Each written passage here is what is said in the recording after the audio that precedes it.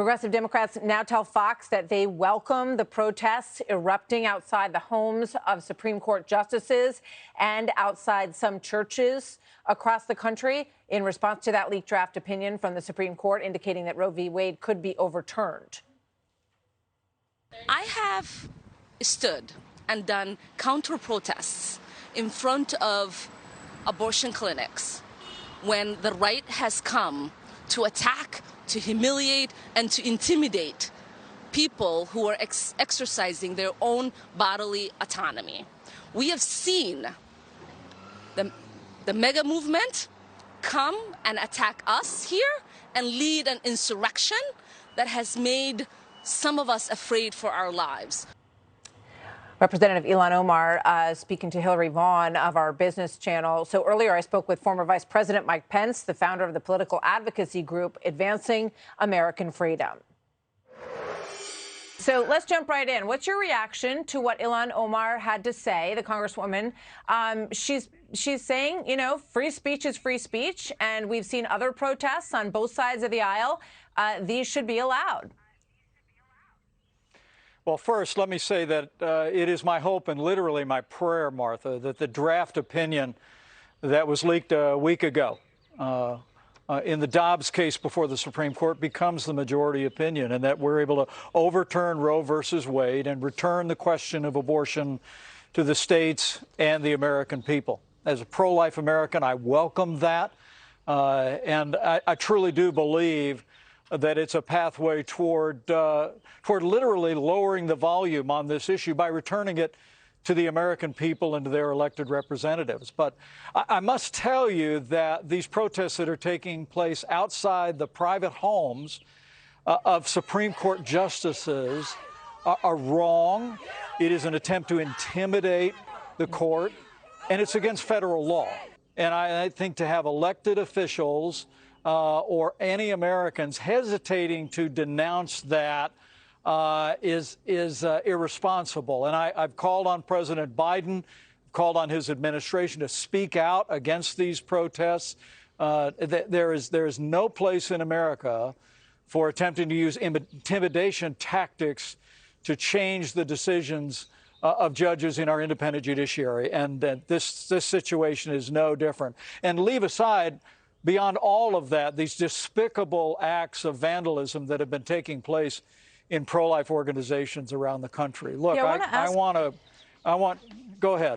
ask you about that because I've watched this debate my whole life, as you have. The tenor has changed so dramatically.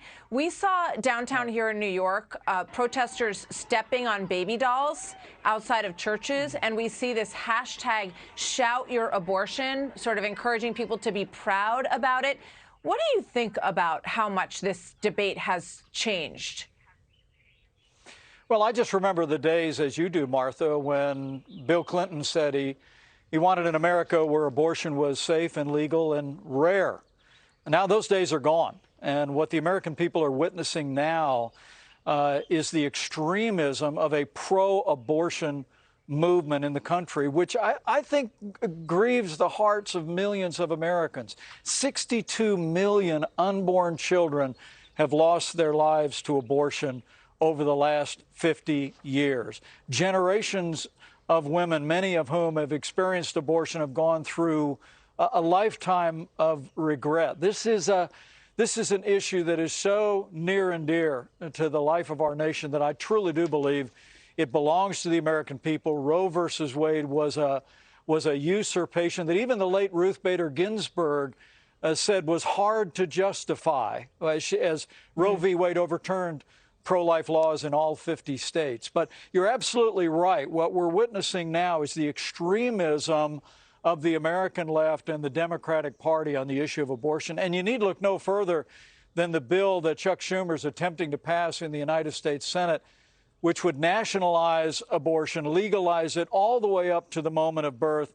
And it also would eviscerate conscience protections for doctors and nurses who hold a pro-life view. I think the American people know that the time has come for Roe versus Wade to be overturned, for this issue to be returned to the states and the American people, and allow the American people to prayerfully and carefully and through the democratic process restore the sanctity of life to the center of American law. Well, let me ask you about that specifically, because your organization signed an amicus brief in the Mississippi case, which was upholding a state legislature voted ban of no abortion after 15 weeks. Do you still stand by that 15-week ban? Do you approve of that? Is that where you stand?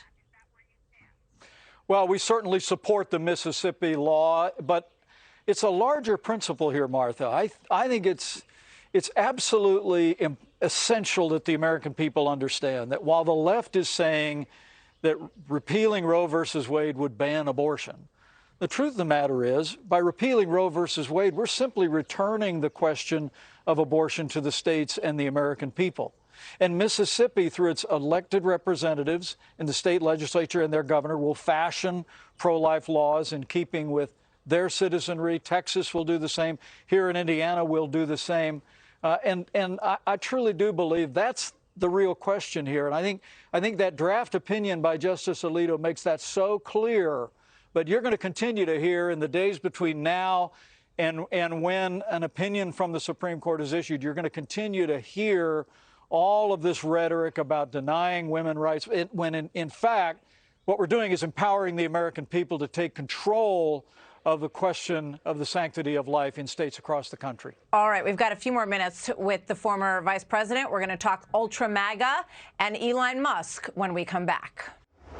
Hi, everyone. I'm Brian Kilmeade. I want you to do me a favor. I want you to click to subscribe to the Fox News YouTube page. This is the only way that I know for sure that you're not going to miss any great commentary, any great news bites, any great interviews coming your way on Fox. You can get it all here on YouTube. So subscribe right now.